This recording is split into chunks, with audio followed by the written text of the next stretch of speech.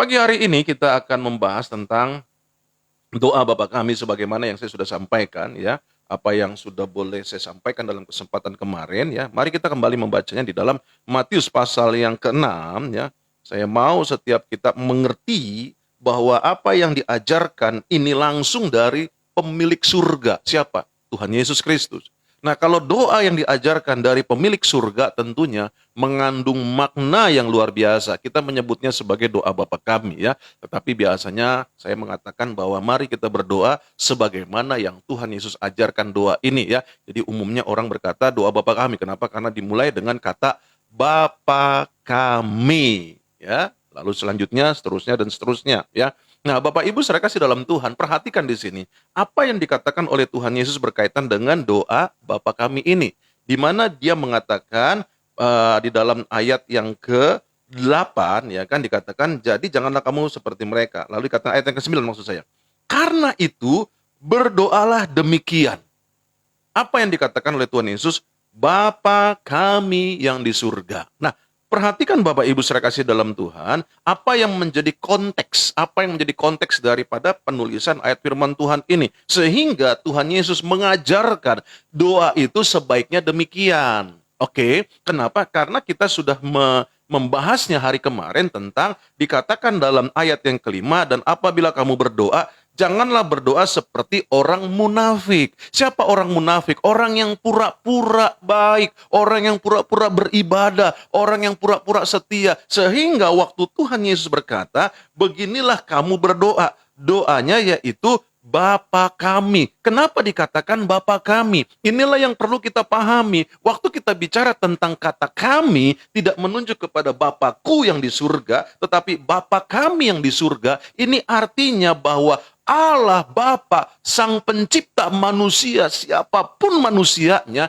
itu adalah punya akses, itu adalah punya hak untuk berdoa kepada Allah Bapa yang berkuasa. Nah, itu sebabnya Tuhan Yesus mengajarkan apa? Bapa kami. Maksudnya apa? Hak kata kami ini artinya berlaku buat orang kaya, orang miskin, penjahat, maupun juga orang yang baik, siapapun. Tetapi ini yang Tuhan ingatkan, jangan engkau menjadi orang yang munafik. Kalau engkau udah tahu bahwa engkau adalah berdosa, bertobatlah, datanglah kepada Tuhan, sehingga engkau dapat mengatakan Bapa kami. Artinya di sini Tuhan Yesus sedang mengatakan bahwa Allah yang satu itu, Allah yang Esa itu, Allah yang berkuasa itu di dalam Tuhan Yesus Kristus, di mana kita mengakuinya bahwa Allah di dalam Yesus Kristus Tuhan itu adalah Allah yang berkuasa. Nah, dia sedang mengajarkan beginilah caranya berdoa, yaitu Bapa kami. Apa maksudnya Bapa kami? Ini adalah berlaku kepada semua orang, semua manusia secara universal. Baik dia adalah seorang yang berdosa maupun dia adalah seorang yang miskin, seorang yang kaya, seorang yang memiliki jabatan, orang yang tidak memiliki jabatan, bahkan orang yang berkekurangan dan sebagainya, orang yang sakit, orang yang siapapun, maka ia memiliki akses untuk berdoa dan berkata, Bapa kami. Artinya ini berlaku kepada siapa saja, tetapi ini yang Tuhan mau ingatkan, jangan engkau munafik, karena orang munafik itu pura-pura baik, pura-pura tidak berdosa, pura-pura tidak bersalah, lalu dia mau berkata, Bapa kami. No, engkau harus bertobat dulu, ini konteksnya. Kan makanya Tuhan ajarkan kepada murid-murid, beginilah kamu berdoa. Siapa yang mengajarkan? Pemilik surga, Yesus sendiri. Makanya kalau kita bicara tentang berdoa, Bapa kami, ini bukan hanya sesuatu, oke, kita bisa menghafalnya. Oke, kita selalu dalam ajaib sabdanya ini, di akhir doa, setelah doa berkat, saya akan mengajak Bapak Ibu Saudara untuk berdoa Bapa kami. Tetapi pagi hari ini, saya mau mengajak Bapak Ibu Saudara untuk memahami apa yang termasuk di dalam kata-kata di dalam rangkaian kata-kata doa Bapa kami ini. Saya mau Bapak Ibu Saudara memiliki pemahaman yang baik bahwa waktu kita menaikkan doa Bapa kami ini di dalam kesempatan di mana kita berdoa baik secara pribadi maupun secara umum, kita paham betul apa yang saat ini Allah sedang mau kita lakukan, yaitu kata Bapa kami di sini adalah bicara tentang siapapun, sehingga jangan sungkan-sungkan untuk datang kepada Tuhan. Ada banyak orang tidak mampu datang kepada Tuhan bukan karena ia tidak bisa mengatakan Bapa kami, kami, tetapi oleh karena dosanya, oleh karena kemunafikannya, kepura-puraannya inilah yang menghalangi kehidupannya. Walaupun seolah-olah dia merasa bahwa ia bisa berdoa dengan rangkaian kata-kata yang baik, dia bisa berdoa dengan rangkaian kata-kata yang menarik, dia bisa melakukan doa dengan kata-kata dengan rangkaian yang indah. Tetapi bukan itu yang Tuhan mau. Kemunafikan itu yang harus dilepaskan, kemunafikan itu yang harus ditanggalkan. Sehingga waktu kita bicara tentang berdoa kepada Allah Bapa di surga, waktu kita bicara tentang Bapa kami, itu artinya berlaku buat siapa saja. Lalu kalau bicara tentang bagaimana dengan orang yang tidak percaya atau dengan kata bukan orang Kristen, silakan saja, tetapi dasarnya adalah bicara tentang Bapa kami yang di surga adalah mengacu dan menuju kepada Tuhan Yesus Kristus. Haleluya. Saya bersyukur dalam kesempatan beberapa kali dalam pelayanan di mana saya mendoakan orang-orang yang non-Kristen. Tetapi dalam kesempatan itu mereka mau untuk didoakan. Maaf ya Pak, maaf ya Bu, saya berdoa dalam nama Tuhan Yesus Kristus. Lalu mereka bilang, iya Pak silakan, karena Ibu tahu saya pendeta. Nah, apa yang menjadi dasar doa saya? Tuhan Yesus Kristus. Nah, ketika didoakan, puji Tuhan, ada beberapa yang mereka boleh mengalami mujizat Tuhan, ada beberapa mereka yang mengalami pertolongan Tuhan, ada beberapa mereka yang mengalami jamahan Tuhan. Itu juga bukan hak saya untuk berkata, bukankah dia non-Kristen? Tetapi waktu dia mengakui Yesus sebagai Tuhan dan Juru Selamatnya secara hatinya, maka Allah menyatakan kuasanya. Itu pun juga adalah hak prerogatifnya Allah. Kenapa? Karena kita semua, siapapun manusianya, di Eropa, Amerika, Australia, di Afrika, dimanapun, adalah satu tangan yang menciptakannya, yaitu tangan Allah yang berkuasa. Itu sebabnya Yesuslah yang menyatakan ini kepada murid-murid, yang mengajarkan kepada murid-murid apa? Marilah berdoa dengan doa Bapa kami. Penyebutan kata Bapa kami adalah berlaku buat semua manusia. Buat semua manusia. Tetapi itu yang Allah tidak suka, itu yang Tuhan tidak suka. Itu apa? Kemunafikan. Waktu kita mulai berpura-pura, tetapi hati kita tidak memiliki kedekatan dengan Allah, tidak memiliki kecenderungan mengasihi Allah, maka akhirnya kita menjadi orang yang munafik. Ya, nah ini hal yang perlu untuk kita miliki dalam pemahaman kita. Makanya dikatakan apa? Karena itu berdoalah demikian. Bapa kami yang di surga. Perhatikan Bapak Ibu Saudara dalam Tuhan. Waktu kita bicara tentang Bapa kami, artinya saya, Bapak Ibu Saudara, punya hak yang sama untuk menghadap kepada Allah. Oke? Jadi jangan berpikir bahwa kalau saya didoakan oleh pendeta, maka pendeta itu pasti akan menjadikan saya bisa sembuh, saya bisa mengalami mujizat, saya bisa mengalami berkat-berkat. Puji Tuhan, haleluya. Jika kita mau didoakan oleh pendeta. Tetapi intinya, maksud saya dalam pemahaman pengajaran daripada ajaib sabdanya ini, Bapak Ibu Saudara harus berani menghadap tatah kudusnya. Bapak Ibu Saudara harus berani untuk berdoa kepada Allah Bapa di surga. Dengan dasar apa? Pertobatan. Dengan dasar apa? Hubungan. Loh sekarang begini. Kalau misalnya saya berdoa buat Bapak Ibu Saudara, dan akhirnya Bapak Ibu Saudara boleh mengalami berkat Tuhan. Pertanyaannya, mau sampai berapa lama Bapak Ibu Saudara bergantung kepada manusia? Mau sampai berapa lama Bapak Ibu Saudara bergantung kepada hamba Tuhan? Ini yang saya mau katakan kepada Bapak Ibu Saudara. Sementara dalam pandangan Alkitab, bahwa Bapak Ibu Saudara dan saya adalah sama-sama hamba Tuhan. Maka sinode gereja yang menjadikan saya sebagai pendeta. Tetapi secara pandangan Allah, saya dan Bapak Ibu Saudara siapapun, Bapak Ibu Saudara siapapun saya mau katakan, adalah sama di pandangan Allah. Haleluya. Ini penting untuk kita pahami. Supaya apa? Supaya kita mengerti waktu kita bicara tentang iman Kristen kita. Makanya ada orang yang bertanya, Pak, maksud Bapak apa ketika Bapak bicara tentang kalau memang kau hidup dalam munafik, kau nggak usah percaya kepada Tuhan Yesus. Kenapa? Karena pada akhirnya Alkitab sendiri yang berkata, engkau tidak mendapatkan apa-apa dari apa yang menjadi kemunafikanmu. Itu sebabnya saya katakan tinggalkan kemunafikan dan masuklah kepada apa yang menjadi ketulusan. Masuklah kepada apa yang menjadi keberanianmu ketika engkau meninggalkan dosa, melepaskan dosa, dan engkau masuk kepada hadirat Allah yang kudus. Nah ini yang perlu kita pahami bagaimana caranya. Dengan memahami apa yang Tuhan Yesus ajarkan. Maka dikatakan dalam ayat yang ke-9, karena itu berdoalah demikian. Bapa kami. Bapaknya siapa? Bapaknya saya. Bapaknya Bapak Ibu Saudara. Siapapun yang menyaksikan program ini. Saya mau katakan, itu adalah hakmu. Itu adalah fasilitas surga dalam kehidupanmu. Haleluya. Amin. Iya. Itu fasilitas surga. Itu sebabnya dikatakan apa oleh Tuhan Yesus? Bapa kami, bukan Bapakku. Bukan Bapak saya. Kalau kita bicara tentang Bapakku, berarti ada bicara tentang bagian-bagian batasan-batasan. Hanya kepada murid-murid saja berlaku Bapakku. Kenapa? Karena kita sebagai orang-orang yang yang dicangkokkan sebenarnya. Tidak secara langsung Tuhan memilih kita. Betul? Sebagaimana Tuhan memilih murid-murid. Tetapi itu yang saya mau katakan. Jangan sampai pemahaman ini menjadi tidak kita pahami. Makanya dikatakan Bapa kami. Mari Bapak Ibu saudara dalam Tuhan. Sudah berapa lama engkau hidup dalam ketidakdekatan dengan Tuhan? Sudah berapa lama engkau hidup dalam dosamu? Sudah berapa lama engkau hidup dalam kemunafikanmu? Bertobatlah. Pagi hari ini kembali Tuhan mau menyatakan apa yang menjadi kasih-Nya. Tuhan mau menyatakan apa yang menjadi kasih dan kuasa-Nya dalam kehidupanmu. Sehingga dia berkata, apa? Bapa kami yang di surga, dikuduskanlah namamu. Perhatikan di sini. Bapak Ibu saudara dalam Tuhan ya. Saya sudah menyampaikan dalam kesempatan kemarin bicara tentang di surga. Artinya apa? Waktu kita bicara tentang Bapa kami yang ada di surga, itu adalah bicara tentang bagaimana kita bisa melihat bahwa waktu kita bicara kepada Allah Bapa di surga, penguasa surga, pemilik surga. Sehingga di dalam kesempatan kita ada di bumi ini, kita tahu bahwa kita ada disertai dengan apa? Dengan kekuatan surga. Ini harus paham betul. Supaya jangan sampai akhirnya kita terjebak dengan apa yang menjadi masalah kita, persoalan kita, problem kita di dunia ini.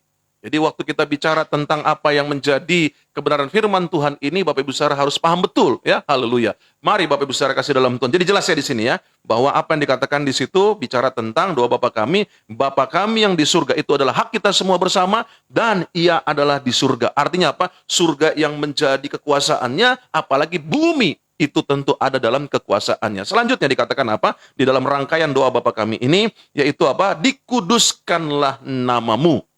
Perhatikan Bapak Ibu saudara dalam Tuhan. Kalau kita melihat apa yang menjadi urutan-urutan yang Tuhan Yesus ajarkan, bicara tentang dikuduskanlah namamu, ini adalah bicara tentang bahwa Allah itu kudus. Allah itu kudus. Jadi kalau kita bicara tentang kekudusan Allah, bahkan namanya pun dikatakan apa? Dikuduskanlah namamu.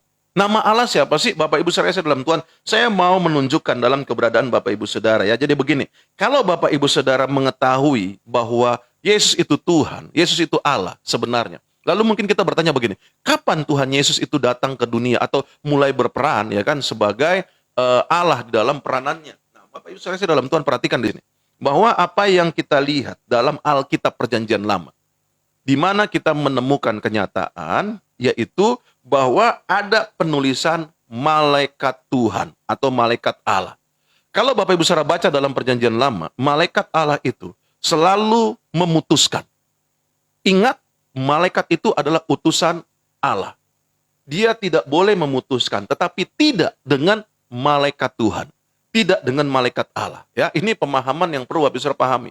Jadi kalau kita bicara tentang yang Alfa dan Omega, Yesus adalah yang Alfa dan Omega. Berarti dari sebelum diciptakannya dunia, dia sudah ada dan akan ada selama-lamanya. Kapan peranannya? Kok tidak ada dalam Alkitab? Ada. Dibicara tentang Roh Allah, bicara tentang Allah ya yang besar, lalu bicara tentang malaikat Allah, malaikat Tuhan. Itulah peranan Yesus. Itulah peranan Yesus. Selanjutnya Bapak Ibu saudara, ini saya mau tunjukkan sedikit supaya Bapak Ibu saudara mengerti apa yang menjadi nama Yesus itu sendiri ya, sebagai nama Allah. Coba kita melihatnya di dalam Yohanes pasal yang ke-17. Oke, kita lihat dalam Yohanes pasal 17 ya. Nanti saya mau tunjukkan dalam kehidupan Bapak Ibu saudara bahwa nama Allah kita selanjutnya, nama Yesus itu akan berubah lagi setelah kita melewati masa hidup di bumi ini. Nah, kita lihat dulu ya. Dalam Yohanes pasal yang ke-17 supaya kita mengerti tentang nama Yesus sebenarnya. Oke, pada ayat yang ke-14 ya, ayat yang Oke, saya mulai dengan ayat yang ke-11. Oke.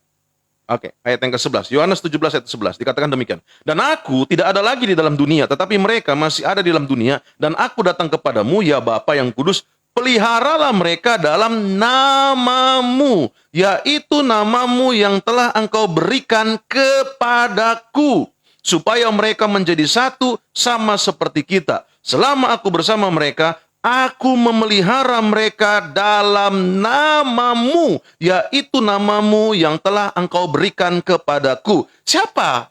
Kepadaku ini siapa? Tuhan Yesus Kristus. Lalu nama yang disandang oleh Tuhan Yesus Kristus ada nama siapa? Namamu, yaitu nama Allah. Berarti di sini kita bisa melihat perubahan lagi di dalam keberadaan nama Allah itu sendiri. Di dalam perjanjian lama, yaitu Yesus sebagai malaikat Allah, malaikat Tuhan. Coba lihat baca dalam ayat-ayat tersebut, di mana Bapak Ibu Saudara melihat bagaimana keputusan-keputusan yang dilakukan oleh malaikat Allah, malaikat Tuhan. Nah, selanjutnya kita tahu bahwa namanya disebut yaitu Yesus Kristus. Nah, nama Yesus ini sebenarnya adalah nama Allah dalam konteks perjanjian baru. Selanjutnya Bapak Ibu Saudara, jadi lihat di sini ya, bahwa aku sudah menjaga mereka dalam namamu, yaitu namamu yang telah engkau berikan kepadaku, katanya. Nama siapa? Nama Yesus Kristus. Nah, selanjutnya kalau Bapak Ibu Saudara perhatikan ya, di dalam kitab Wahyu ya, supaya Bapak Ibu Saudara mengerti apa yang terjadi di dalam kesempatan kemudian ya. Ini adalah hal supaya kita mengerti di mana dalam kesempatan kemudian bahwa nama Allah pun itu akan berubah, nama Yesus itu sendiri pun akan berubah ya. Jadi bukan lagi kita menyebutnya sebagai hal tersebut di dalam Wahyu pasal yang kedua, oke? Wahyu pasal yang kedua pada ayat yang ke-12, ayat yang ke-17. Siapa bertelinga, hendaklah ia mendengarkan apa yang dikatakan Roh kepada jemaat-jemaat. Barang siapa menang, kepadanya akan kuberikan dari mana yang tersembunyi, dan aku akan mengaruniakan kepadanya batu putih yang di atasnya tertulis nama baru. Ya, dikatakan di situ. Oke, bukan di sini maksud saya. Saya mau tunjukkan di sini bahwa nama Allahku, ya kan, dikatakan bahwa itu adalah namaku yang baru, ya Bapak Ibu Saudara. Oke, sebentar. Saya mau tunjukkan Bapak Ibu Saudara. Oke, di dalam Wahyu pasal yang ketiga maksud saya. Ya, sorry. Dalam Wahyu pasal yang ketiga pada ayat yang ke-12. Perhatikan di sini.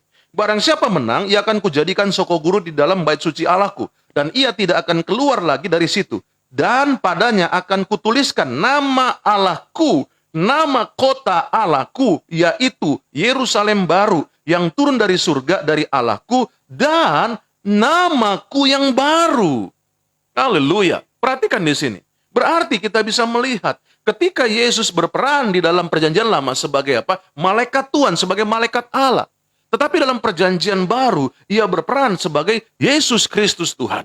Oke? Tetapi setelah kehidupan ini hancur dalam dunia ini, maka kita masuk ke dalam kehidupan yang baru. Ada nama yang baru yang dituliskan dalam Alkitab ini. Nah, jadi di sini kita bisa mengerti, selama kita hidup di dunia ini, berarti penggunaan nama yang benar adalah nama yang diberikan Allah kepada Yesus Kristus. Berarti di dalam kesempatan di mana kita ada, selama kita hidup di dalam doa yang diajarkan Tuhan Yesus, itu adalah bicara tentang dikuduskanlah namamu. Nama siapa? Yesus Kristus Tuhan. Artinya jangan sembarangan menyebutnya. Ada kalanya kita sembarangan menyebut nama Tuhan Yesus, yang berkata seolah-olah bahwa dengan kata itu seperti mantra, itu seperti kekuatan yang akan menghindarkan kita dari apa yang menjadi ketakutan yang mencekam diri kita. Misalnya lewat tempat yang gelap, menghindari apa yang menjadi ketakutan diri kita. Lalu kita mulai bilang dalam nama Tuhan Yesus, dalam nama Tuhan Yesus. Segala setan apapun kami tolak dalam nama Tuhan Yesus. Ya, ini yang saya mau katakan.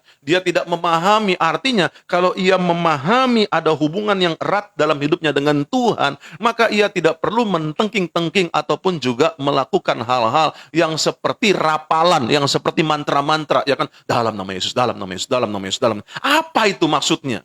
Tidak ada hubungan di dalamnya, tetapi itu seperti rapalan kata-kata, itu seperti mantra-mantra saja. Tetapi orang yang memiliki hubungan dekat dengan Tuhan, dia tidak melihat sebagaimana setan mau menyerang hidupnya sebagai ketakutan. Dia tidak melihat itu. Kenapa? Dia tahu ada proteksi Allah, dia tahu ada perlindungan Allah. Haleluya. Inilah hal yang perlu kita pahami. Makanya dikatakan apa? Dikuduskanlah namamu. Ingat, Allah itu adalah Allah yang kudus. Bagaimana kita hidup di dalam keimanan Kristen kita. Bicara tentang kekudusan Allah, bahkan sampai namanya saja itu kudus. Bukankah itu yang dikatakan dalam Matius 7 pada ayat 21, banyak orang yang berseru Tuhan, Tuhan, tetapi mereka tidak melakukan apa yang menjadi kehendak Allah, tetapi mereka justru pada ayat 23 ditolak. Nah, ini yang saya mau katakan, persoalan kita seringkali adalah juga kadangkala memanfaatkan nama itu. Ya, sehingga yang ada akhirnya kita tidak lagi melihat bahwa nama itulah nama yang kudus, nama itulah nama yang sakral, nama itu adalah nama yang kita rindukan, nama itu adalah nama yang menggetarkan hati kita, nama itu adalah nama yang membuat air mata kita menetes.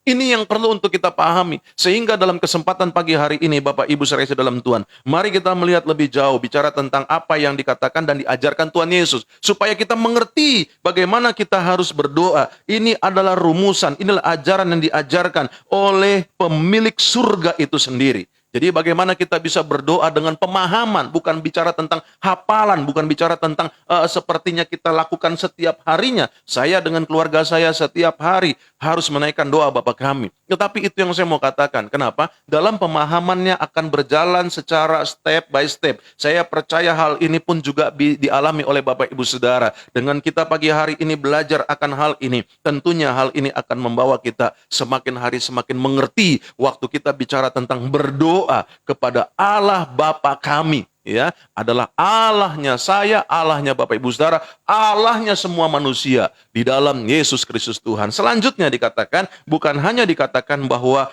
dikuduskanlah namamu, tetapi dikatakan apa? Datanglah kerajaanmu. Haleluya. Kerajaan Allah itu di mana? Di surga. Itu yang saya mau katakan. Kalau kita bicara tentang berdoa Bapa kami ini, artinya ada kekuatan surga loh.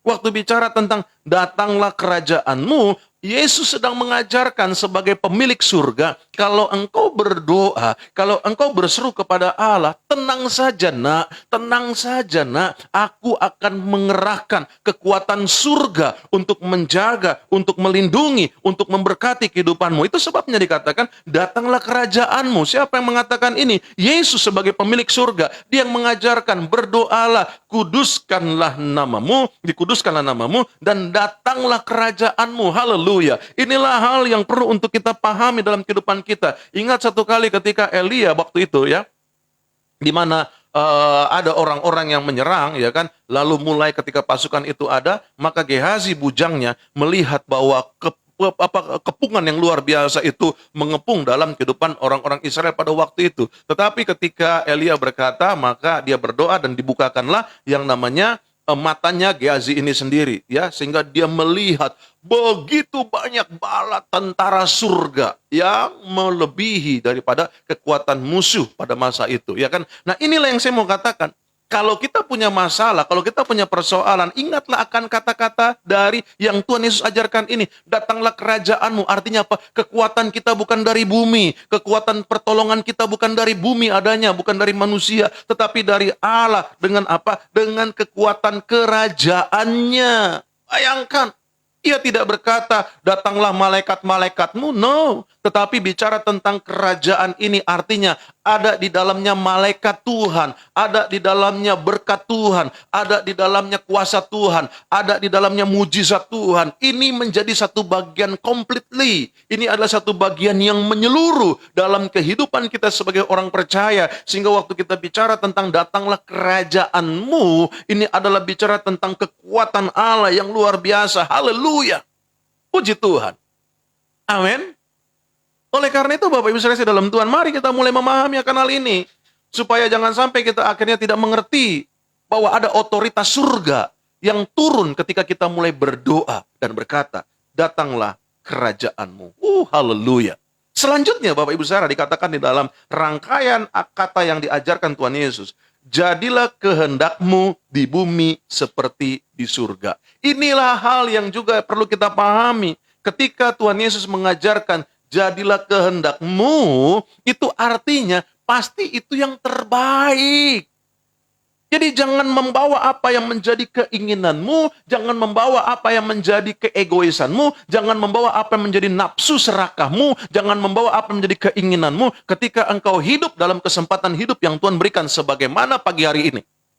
Kita berdoa jadilah kehendak Tuhan. Kenapa? Karena kita tahu bahwa rancangan Tuhan bukanlah rancangan kecelakaan, tetapi rancangan hari depan yang penuh dengan harapan. Rancangan damai sejahtera. Nah, ini saja harusnya sudah cukup membuat kita untuk kuat menghadapi kehidupan ini. Waktu kita berdoa dengan berkata, jadilah kehendakmu di bumi seperti di surga. Kehendak Allah apa sih yang di surga? Selalu sesuatu yang baik, selalu sesuatu yang luar biasa, selalu sesuatu yang damai, selalu sesuatu yang dahsyat. Inilah yang harusnya menjadi dasar di dalam kehidupan kita waktu kita memahami jadilah kehendakmu.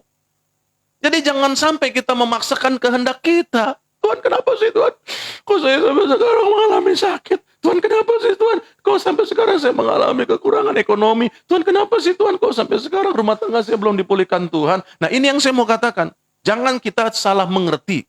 Waktu kita bicara tentang keadaan yang kita alami ini, dan kita berdoa, jadilah kehendak-Mu. Kalau memang kita sudah berdoa, belum terjadi apa yang menjadi pertolongan Tuhan, maka itulah kehendak Tuhan untuk apa? Mendewasakan kita. Supaya kita mengerti bahwa Ia adalah Allah yang mengasihi kita, Allah yang tidak pernah meninggalkan kita. Sehingga dalam perhatiannya, dalam prosesnya, dalam bentukannya, Dia mengizinkan hal itu untuk menyadarkan kita. Sehingga kita harus mengingat bahwa ada Allah loh, ada Bapa kita yang di surga, yang selalu mau membentuk, memproses, menjadikan kita sedemikian rupa. Sehingga melalui setiap proses-proses yang ada itu, kita akan semakin hari semakin mengerti bagaimana Ia adalah Allah yang berkuasa. Itu sebabnya saya katakan, Bapak Ibu saya dalam Tuhan. Kalau kita memahami betul apa yang menjadi kebenaran firman Tuhan ini, maka kita tidak akan menjadi orang-orang Kristen yang penakut. Kita tidak jadi orang-orang Kristen yang gentar dengan apapun yang dikatakan dan sebagainya. Iya, haleluya. Ya, jadi Bapak Ibu saudara, inilah hal yang perlu kita miliki dalam pemahaman iman Kristen kita. Waktu kita bicara tentang berdoa, jadilah kehendak-Mu, pasti yang terbaik yang Tuhan berikan. Ya, apa yang keinginan kita itu kadangkala nggak jelas, ya pikiran kita selalu kecenderungannya kepada apa? Kedagingan. Tetapi waktu kita serahkan kepada Allah Bapa di surga, jadilah kehendak-Mu, itu adalah sesuatu yang terbaik. Haleluya. Amin. Itu sebabnya Tuhan Yesus berkata di Taman Getsemani, ya, kalau boleh cawan ini berlalu, tetapi jadilah kehendak-Mu. Itu ajaran-ajaran diajarkan. Bagaimana kita bisa berserah kepada Allah dalam situasi kondisimu hari-hari ini. Makanya jangan melihat dengan apa yang menjadi persoalanmu, yang menekan hidupmu, yang mengintervensi hidupmu, yang membuat ketakutan dalam hidupmu. Tetapi belajarlah melihat kebesaran Allah. Ada kekuatan surga, ada otoritas surga yang menyertai kehidupan kita setiap kali kita hidup dan bernapas. Setiap kali kita bangun pagi hari seperti pagi hari ini. Ada otoritas surga, ada kekuatan surga. Haleluya. Jadi jelas di sini Bapak Ibu saudara kasih dalam Tuhan, maka dikatakan apa? Jadilah kehendak-Mu di bumi seperti di surga. Jadi apa yang ada di surga itu akan terjadi di bumi. Dan itulah yang terjadi. Yaitu apa? Alkitab berkata, kerajaan surga. Ya kita lihat ya dalam Roma pasal 14 ayat yang ke-17 ya. Kira-kira apa sih gambaran di surga? Apa sih gambaran kerajaan Allah? Roma pasal yang ke-14 pada ayat yang ke-17. Saya mau tunjukkan buat Bapak Ibu saudara apa yang menjadi gambarannya ya. Oke, kita lihat di sini. Dalam Roma pasal 14 ayat 17. Sebab kerajaan Allah, perhatikan. Ini bicara tentang kerajaan Allah. Sebab kerajaan Allah bukan soal makanan dan minuman.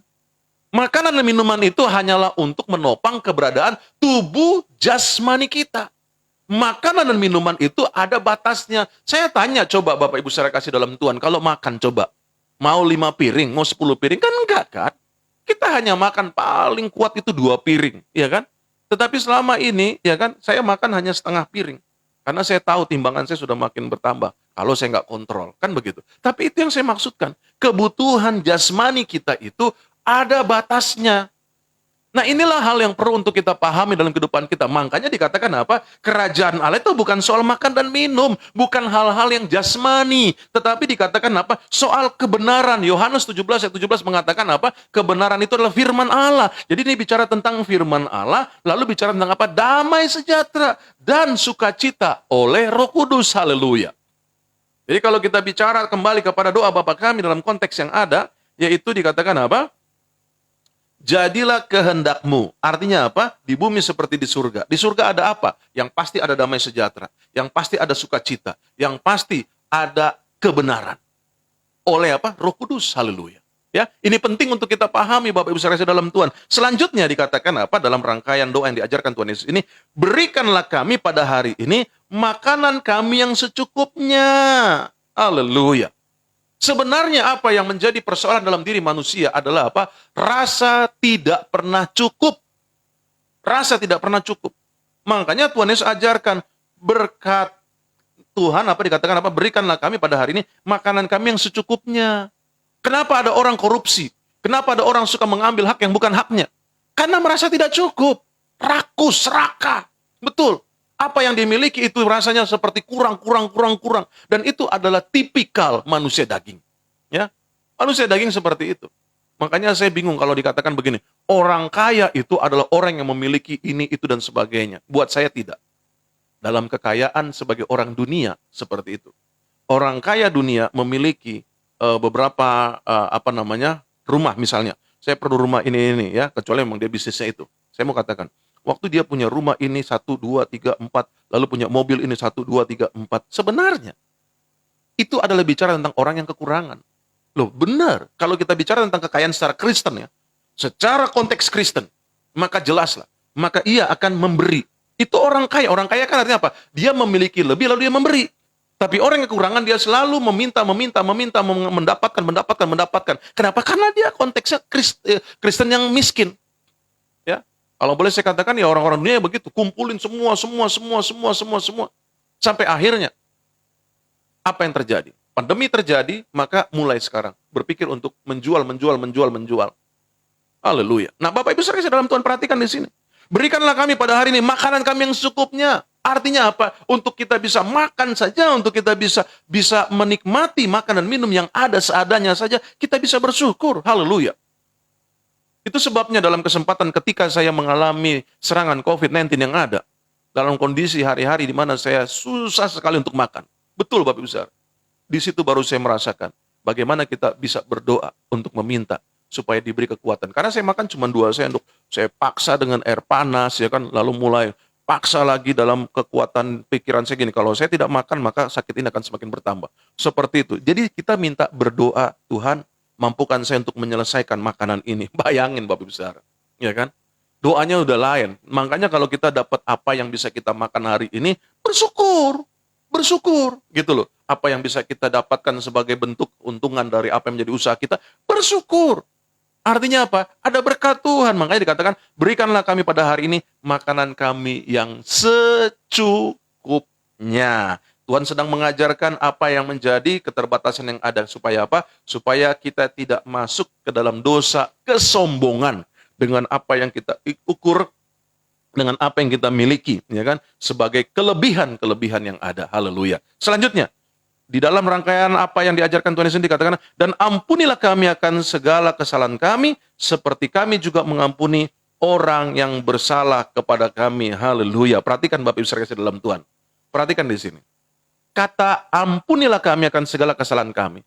Ingat konteksnya tentang ahli-ahli Taurat. Perhatikan di sini ya. Dalam ayat yang ke-5 dikatakan apa? Dan apabila kamu berdoa, janganlah berdoa seperti orang munafik. Mereka suka mengucapkan doanya dengan berdiri dalam rumah-rumah ibadat dan pada tikungan-tikungan jalan raya supaya mereka dilihat orang, ya kan? Supaya mereka dilihat orang. Perhatikan di sini, ya. Perhatikan di sini apa yang Yesus sedang ajarkan di dalam konteks bahwa dikatakan apa? Dan ampunilah kami akan segala kesalahan kami, seperti kami juga mengampuni orang yang bersalah kepada kami. Jangan merasa kita itu benar sendiri. Jangan merasa bahwa kita itu nggak pernah punya kesalahan.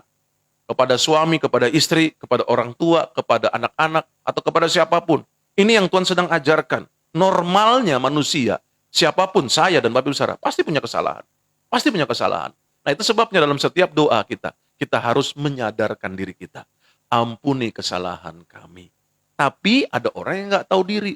Ada orang yang nggak sadar. Sehingga yang ada, ya kan Tuhan saya begini kan gara-gara suami saya kan begini gara-gara ipar saya kan begini gara-gara orang tua saya kan begini gara-gara mertua saya kan begini gara-gara ini, A, B, C, D, semua disebutin sebagai kesalahan-kesalahan orang. Jadi, lu nggak salah. Aneh. Ya kan? Itu sebabnya Tuhan Yesus bilang apa? Ampunilah kami akan kesalahan kami. Kesalahan yang ditimbulkan oleh orang lain bisa jadi karena kesalahan kita sebelumnya. Sadari akan hal ini gitu loh. Supaya apa? Supaya kita mengerti bahwa dalam kehidupan ini kita juga pasti salah. Ada salahnya.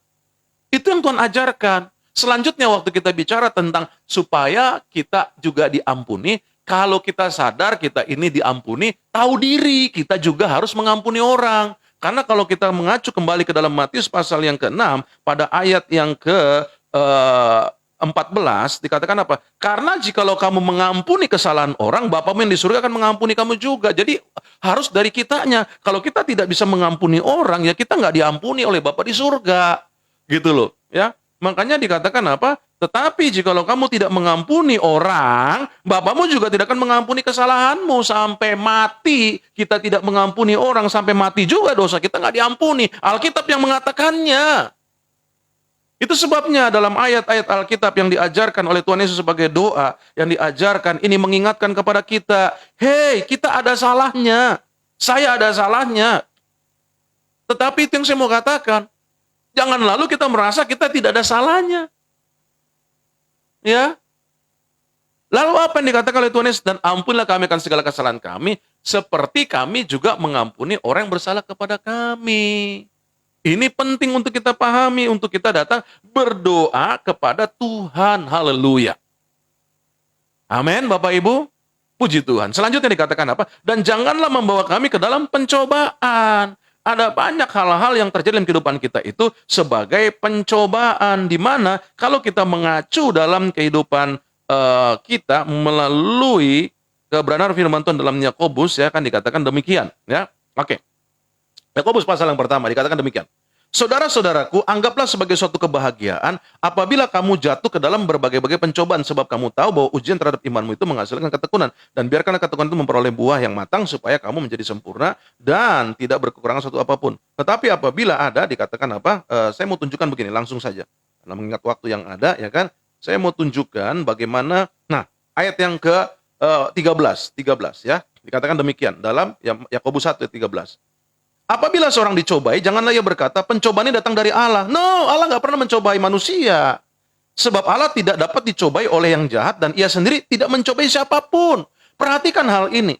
Ya, maka dikatakan apa? Tetapi tiap-tiap orang dicobai oleh keinginannya sendiri. Karena ia diseret dan dipikat olehnya. Dan apabila keinginan itu telah dibuai, ia melahirkan dosa. Dan apabila dosa itu sudah matang, ia melahirkan maut. Kenapa ada orang dikejar-kejar oleh KPK? Kenapa ada orang-orang yang akhirnya ditangkap oleh karena korupsi? Karena keinginannya sendiri yang mencobai. Keinginan rakusnya, keinginan ingin disanjungnya, ingin dihormati dan sebagainya. Sehingga dia tidak lagi melihat hal-hal di mana ada aturan-aturan hukum yang berlaku. Dan dia tabrak hanya untuk apa? Untuk mendapatkan apa yang dia inginkan. Ini yang dikatakan apa? Janganlah membawa kami ke dalam pencobaan. Pencobaan ini tidak datangnya dari setan tetapi dari diri sendiri. Nanti setelah itu kita akan melihat, tetapi lepaskanlah kami daripada yang jahat. Dikatakan demikian. Tetapi waktu kita bicara tentang janganlah membawa kami ke dalam pencobaan, itu artinya jangan sampai kita ini dikuasai oleh keinginan kita sendiri yang menjebak diri kita, yang membawa diri kita akhirnya apa? Dalam perangkap dosa yang menghasilkan kematian, yang menghasilkan maut, yang menghasilkan kebinasaan. Haleluya. Ini penting untuk kita pahami dalam kehidupan kita, Bapak Ibu saudara dalam Tuhan. Itu sebabnya Tuhan Yesus ajarkan. Sehingga dia berkata apa? Dan janganlah membawa kami ke dalam pencobaan. Artinya tolonglah Roh Kudus mampukan saya supaya kedagingan saya ini tidak melulu untuk membawa saya pada keinginan-keinginannya. Tetapi biarlah kiranya kepenuhan Roh Kudus, tuntunan Roh Kudus membawa saya kepada keinginan-keinginan Allah, keinginan-keinginan Roh Tuhan di dalam kehidupan saya. Sehingga saya tidak terkendali, tidak dikuasai, tidak dimatikan oleh apa yang disebut sebagai keinginan ini yang menghasilkan maut, yang menghasilkan kematian, yang menghasilkan kebinasaan. Oleh karena apa? Dikuasai oleh keinginan yang membawa masuk ke dalam pencobaan. Oleh karena memburu uanglah, 1 Timotius pasal yang ke-6 dikatakan demikian. Ya, pada ayat yang ke-9 dan 10 dikatakan apa? Itu kan juga termasuk di dalamnya adalah mengikuti pencobaan-pencobaan yang ada. Dalam 1 Timotius pasal yang ke-6 dikatakan demikian, ya, supaya kita mengerti apa yang menjadi kebenaran firman Tuhan ini. Ayat 9, tetapi mereka yang ingin kaya terjatuh ke dalam apa? Pencobaan. Perhatikan di situ. 1 Timotius pasal yang ke-6 ayat yang ke-9. Orang yang ingin kaya, kenapa ingin kaya? Keinginan, jelas kok ditulis ini. Orang yang ingin kaya, ingin hebat, ingin populer, ingin apa, jatuh ke dalam apa? Pencobaan. Yang membuat apa selanjutnya? Ke dalam jerat dan ke dalam berbagai-bagai nafsu. Nggak heran. Orang dalam keinginannya menghasilkan kekayaan dan sebagainya, jatuh dalam keinginan dosa lainnya. Karena uang banyak, fasilitas ada. Gampang sekali untuk akhirnya terjatuh dalam dosa perzinahan, dalam dosa percabulan, dalam dosa pesta pora, kemabukan, dan sebagainya. Tidak dapat mengendalikan dirinya. Kenapa? Karena keinginannya itu masuk ke dalam pencobaan. Makanya dikatakan apa? Berbagai-bagai nafsu. Nafsu apa saja. Nafsu apa saja. Bahkan nafsu untuk menganiaya orang, menjatuhkan orang, membunuh orang dalam karakter dan sebagainya. Itu yang terjadi. Haleluya. Luar biasa loh. Apa yang menjadi makna di dalam doa Bapa kami itu sendiri. Kalau Bapak Ibu Saudara memahaminya. Makanya dikatakan apa? Ke dalam jerat dan berbagai-bagai nafsu yang hampa, yang mencelakakan, yang menenggelamkan manusia ke dalam keruntuhan dan kebinasaan. Jelas kok. Jelas. Ayatnya jelas. Bahwa orang-orang yang dikuasai dengan kedagingannya, orang-orang yang dikuasai dengan keinginannya, maka dia terjerat dalam pencobaan. Makanya Tuhan ajarkan. Jelas di dalam doa Bapa kami ini. Supaya apa? Supaya kita mengerti. Ya, dikatakan apa? Jelas di situ bahwa dan dikatakan apa? Janganlah membawa kami dalam pencobaan. Kenapa kita diminta Tuhan Yesus untuk berdoa seperti itu? Karena ada kecenderungan daging yang akan selalu masuk kepada keinginan-keinginan. Tiap hari doa Bapa kami ini harus dinaikkan. Dengan pemahamannya ya. Jadi bukan hanya sebagai hafalan. Dengan pemahamannya. Supaya apa? Supaya kita mengerti bahwa dalam hidup ini pencobaan itu besar datangnya bukan dari Allah. Ingat, Allah tidak bisa mencobai dan Allah tidak dicobai. Oke? Ya, tidak bisa dicobai dan Allah tidak pernah mencobai. Tapi yang mencobai itu keinginan daging kita sendiri. Hati-hati Bapak Ibu Saudara dalam Tuhan. Ya, selanjutnya dikatakan apa? Sebagai hal yang terakhir, tetapi dikatakan apa? Lepaskanlah kami daripada yang jahat. Nah, yang jahat inilah rupanya yang menguasai dalam kehidupan setiap orang percaya. Yaitu apa? Musuh kita selamanya. Bukan darah dan daging. Tetapi penguasa-penguasa di udara. Roh jahat. Setan-setan. Ya, itu yang dikatakan dalam kitab Efesus. Makanya saya katakan Bapak Ibu Saudara dalam Tuhan. Mari kita mulai melihat apa yang menjadi kebenaran firman Tuhan. Jadi dalam seluruh keberadaan doa Bapa kami ini, akhirnya kita mengerti. Ya, ada bagian-bagian yang sebenarnya bukan hanya dari kecenderungannya setan, tetapi akhirnya ditutup dengan hal itu. Di mana setan sebagai musuh yang terakhir, ya kan? Yang dikatakan apa? Biarlah kitanya dikatakan apa? Supaya lepaskanlah kami daripada yang jahat. Ada kekuatan setan, ada kekuatan iblis. Ya, yang mencoba untuk apa? Untuk mengikat dalam kehidupan seseorang, untuk menghancurkan dalam kehidupan seseorang, ya, di mana akhirnya kita perlu kekuatan yang datangnya dari Allah untuk melawan kekuatan setan, yaitu apa? Di dalam nama Tuhan Yesus Kristus, ya. Haleluya. Puji Tuhan. Bapak Ibu saudara dalam Tuhan, inilah rangkaian pagi hari ini dalam renungan di mana kita sudah boleh melihat hal-hal apa yang boleh kita pelajari pagi hari ini. Kiranya hal ini boleh menjadi berkat ya buat setiap Bapak Ibu Saudara. Jadi kalau Bapak Ibu Saudara mau tahu ajaran doa yang diajarkan oleh pemilik surga, jelas ya sebagaimana tema yang saya sampaikan tersebut. Jadi Bapak Ibu Saudara harus mulai memahami ya. Kalau Bapak Ibu Saudara kurang lebih jelas mendengarnya, ulang lagi apa yang saya sudah sampaikan pagi hari ini supaya Bapak Ibu Saudara boleh semakin mantap ya dalam kehidupan di mana kita tahu hari-hari dalam kehidupan kita ini adalah hari-hari yang tidak mudah. Tetapi dengan kita berada dalam kesempatan bersama ya, maka kita akan melihat hal-hal dahsyat yang Tuhan kerjakan. Haleluya, puji Tuhan. Terima kasih buat kebersamaan Bapak Ibu Saudara. Kiranya hal baik daripada Tuhan, itulah yang akan terus menyertai dalam kehidupan setiap Bapak Ibu Saudara yang ada ya. Pagi hari ini saya juga mau menyapa, selamat pagi buat Bapak Nathan. Shalom Pak, puji Tuhan. Lalu juga buat Ibu Feni Fem, ya kan? Shalom, selamat pagi Ibu, sehat selalu. Lalu juga ada Ibu Olivia Lotge ya, yang dari Darwin ya. Darwin, Australia ya, puji Tuhan. Shalom, bagaimana cuaca di sana Bu? Sehat selalu ya Ibu ya, dan cuacanya juga cerah ya, puji Tuhan. Juga dalam kesempatan ini saya mau menyapa Ibu Teti Anggraini ya. Shalom Ibu, puji Tuhan, sehat selalu ya. Lalu juga ada Ibu Non Ana Adam ya, puji Tuhan. Shalom, selamat pagi ya. Lalu juga ada Bapak Devri Setiawan ya, puji Tuhan. Udah berapa kali saya sebut Bapak Devri ya, puji Tuhan. Selamat pagi Pak, puji Tuhan. Terima kasih ya. Lalu juga ada ya Ibu Maria ya. Ibu Maria juga tadi yang kasih tahu saya. Waduh, itu suaranya tidak ada. Iya Bu, maaf. Ada satu cuk yang harus dicolok, tidak saya colok ya. Minta maaf. Oke, puji Tuhan. Terima kasih buat kebersamaan Bapak Ibu Saudara. Kiranya apa yang menjadi kebersamaan kita ini boleh membawa setiap Bapak Ibu Saudara yang ada ya. Saya rasa-rasanya mau mengabsen Bapak Ibu Saudara begitu kan. Dalam kesempatan biasanya, karena kan saya begitu melihat selesainya, waduh ini nama-nama yang ada ya. Saya tidak tahu apakah nama-nama ini juga masih hadir ya kan. yang saya lihat di dalam episode kemarin, ya kan. Tapi inilah yang boleh saya sampaikan.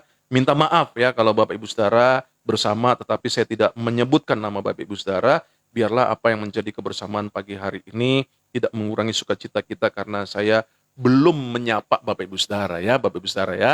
Inilah yang menjadi keterbatasan daripada iPad saya ini, ya kan. Jadi berapa orang yang tampil ya itulah yang saya sebutkan nama-namanya. Terima kasih Bapak Ibu Saudara, sukses ya menyertai Bapak Ibu Saudara ya. Jangan takut kalau ada hal-hal apa yang menjadi pergumulan atas kehidupan Bapak Ibu Saudara, hubungin aja saya ya. Artinya saya akan juga memberikan mungkin masukan dalam apa yang perlu Bapak Ibu Saudara lakukan ya, sebagaimana perlunya untuk kita bicara tentang hal-hal baik berkaitan dengan langkah-langkah yang ada ya. Puji Tuhan. Ya, jadi Bapak Ibu Saudara bisa menghubungi nomor telepon 0815 8822 183 ya, supaya Bapak Ibu Saudara bisa semakin hari semakin maju di dalam Tuhan. Saya tidak melihat denominasi gereja apa, tetapi yang saya lihat adalah kita sama-sama kok berdoa dalam doa Bapa kami. Artinya hak yang sama buat Bapak Ibu Saudara dan juga buat saya ya. Saya mau berdoa buat Bapak Ibu Saudara dalam keadaan apapun ya. Kita juga berdoa buat Ibu Nike ya. Ibu Nike sehat selalu ya. Ibu Nike ini sebelumnya mengalami sakit kanker dan kita berdoa supaya Ibu juga boleh mengalami berkat Tuhan ya. Terima kasih buat keberadaan Bapak Ibu Saudara. Sekali lagi terima kasih loh buat Bapak Ibu Saudara, baik buat Ibu Ibu Uli Aritonang ya, lalu juga buat Ibu Elizabeth Simanungkalit, lalu juga Ibu Jentungka ya. Terima kasih buat Ibu Retri Bangun ya. Terima kasih buat apa yang menjadi kepercayaannya dalam kebersamaan kita yang ada ya. Puji Tuhan, kita tundukkan kepala, kita berdoa. Haleluya. Bapak, terima kasih buat anugerah-Mu dalam kebersamaan kami pagi hari ini. Kami sudah belajar dan mendengarkan apa yang menjadi firman-Mu, bukan hanya sekedar sebagai pengetahuan semata, tetapi biarlah hal ini menjadi satu pegangan dalam iman percaya kami bahwa kami memiliki Allah Bapa yang baik. Kami memiliki Allah Bapa yang memiliki otoritas di surga, bahkan apalagi di bumi. Kami percaya kuasa Tuhan lebih besar dari segala kuasa apapun yang berkuasa atas muka bumi ini, karena kebesaran surga tidak dapat ditandingi oleh bumi yang ada. Berkati Bapak Ibu Saudara dalam dagang mereka, dalam usaha mereka, bahkan dalam segala aktivitas pekerjaan mereka. Kami juga berdoa hal-hal baik yang daripada Tuhan, itu yang menjadi bagian dalam kehidupan setiap Bapak Ibu Saudara yang ada. Berkati kesehatan Bapak Ibu Saudara, berkati juga dalam keluarga rumah tangga mereka, baik suami, istri, orang tua, anak-anak, mertua, menantu, cucu, semuanya diberkati Tuhan. Terima kasih Bapak, berkati gereja-gereja Tuhan di mana-mana tempat, berkati hamba-hamba Tuhan yang melayani di mana-mana tempat, berkati juga buat setiap daerah-daerah yang terkena banjir, Tuhan kiranya menolong, bahkan juga menghiburkan hati mereka, berkati juga daerah-daerah yang terkena bencana alam, Tuhan kiranya juga menolong dalam kehidupan setiap mereka yang ada. Kami juga berdoa, Tuhan kiranya juga memberkati buat keberadaan bangsa kami Indonesia. Ke dalam tangan Tuhan yang kuat kami serahkan. Berkati Indonesia, lawat Indonesia.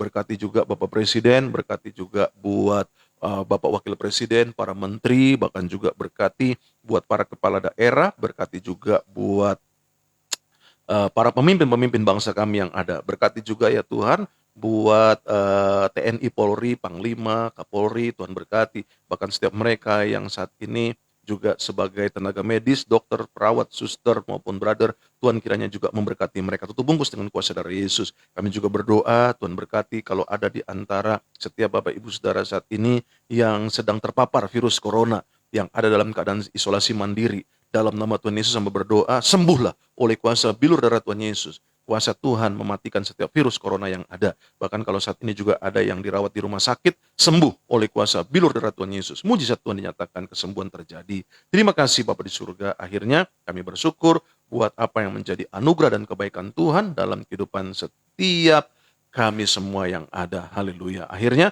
Bapak Ibu saudara dalam Tuhan, ingatlah bahwa sesungguhnya Allah itu baik. Sekali-kali Ia tidak pernah meninggalkan kita. Ia menyertai kita sampai kesudahan akhir zaman. Arahkan hatimu kepada Tuhan. Terimalah berkat yang datang dari Allah Bapa, kasih anugerah dari Tuhan Yesus Kristus, penyertaan, penghiburan, pengurapan, persekutuan daripada Roh Kudus, turun atas kehidupanmu, turun atas kehidupan keluarga rumah tanggamu, turun atas kehidupan masa mudamu, masa tuamu, bahkan anak dan cucumu, bahkan turun atas kesehatanmu, turun atas apapun yang kau kerjakan dengan tanganmu, senantiasa Tuhan jadikan berhasil dan beruntung. Mulai pagi hari ini sampai Maranatha, Tuhan datang kembali untuk menjemput setiap kita yang percaya, mengasihi, mencintai, bahkan melayaninya. Haleluya. Mari kita sama-sama akhiri doa kita dengan doa yang diajarkan Tuhan Yesus, dan kita naikkan doa ini bersama-sama. Haleluya. Bapa kami dalam kerajaan surga, dikuduskanlah namamu, datanglah kerajaanmu, jadilah kehendakmu di bumi seperti di surga. Berikanlah kami pada hari ini makanan kami yang secukupnya, dan ampunilah kami akan segala kesalahan kami, seperti kami juga mengampuni orang bersalah kepada kami. Dan jangan membawa kami ke dalam pencobaan, tetapi lepaskanlah kami dari yang jahat. Karena Engkau yang punya kerajaan, dan kuasa, dan kemuliaan, sampai selama-lamanya. Haleluya. Amin. Puji Tuhan. Haleluya. Terima kasih buat kebersamaannya, Bapak Ibu saudara kasih dalam Tuhan. Dan tidak lupa Bapak Ibu saudara ikut juga melayani, share, bagikan kepada siapapun ya dalam kebersamaan Bapak Ibu saudara dengan keluarga ataupun juga dengan yang lainnya. Ingat, Yesus Kristus Tuhan, Yesus Kristus tetap Tuhan, Yesus Kristus selama-lamanya Tuhan. Hanya Tuhan Yesus Kristuslah satu-satu jalan keselamatan untuk kita sampai dan masuk ke surga. Haleluya. Sukses menyertai Bapak Ibu saudara. Tuhan Yesus berkati. Shalom.